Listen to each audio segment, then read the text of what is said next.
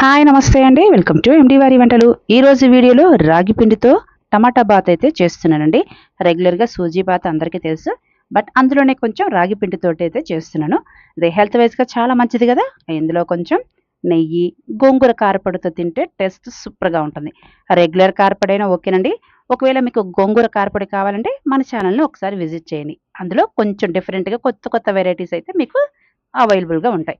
So, మరి దీనికోసం ఈ రెసిపీ కోసం బాండీ పెట్టేసుకొని ఇందులో 2-3 టేబుల్ స్పూన్ వరకు అయితే ఆయిల్, జీలకర్ర, ఆవాలు, ఎండుమిర్చి ఇవి కొంచెం వేగాక ఇందులోనే పల్లీలు, జీడిపప్పు వేసుకొని ఇవి కొంచెం ఫ్రై అయ్యాక సన్నగా తరిగిన ఉల్లిపాయలు, అదేవిధంగా గ్రీన్ చిల్లీ అండి. సో, మీరు ఆల్రెడీ రెడ్ చిల్లీ వేశారు. సో, గ్రీన్ చిల్లీ జ్యూస్ అయితే వేసుకోండి. ఇవి కొంచెం మగ్గాక ఇందులోనే సన్నగా తరిగి పెట్టుకున్న టమాటా ముక్కలు కూడా యాడ్ చేసుకోవాలి. ఆ తర్వాతకి ఇవి టమాటా ముక్కలని మెత్తబడే వరకైతే వేయించుకోవాలండి.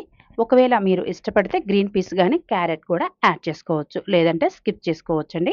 ఆ తర్వాతకి ఇందులోనే సన్నగా తరిగి పెట్టిన కరివేపాకు, కొత్తిమీర ఇవి ఒక్క సెకండ్ వేయించుకొని ఇందులోనే ఒక గ్లాస్ సూజీ రవ్వ గూడా ఇందులో తాలింపులోనే వేసేస్తామండి. ఒక గ్లాస్ సూజీ రవ్వ వేసుకొని ఒక 30 సెకండ్స్ అయితే చక్కగా రవ్వను గూడా మనం వేయించుకోవాలి.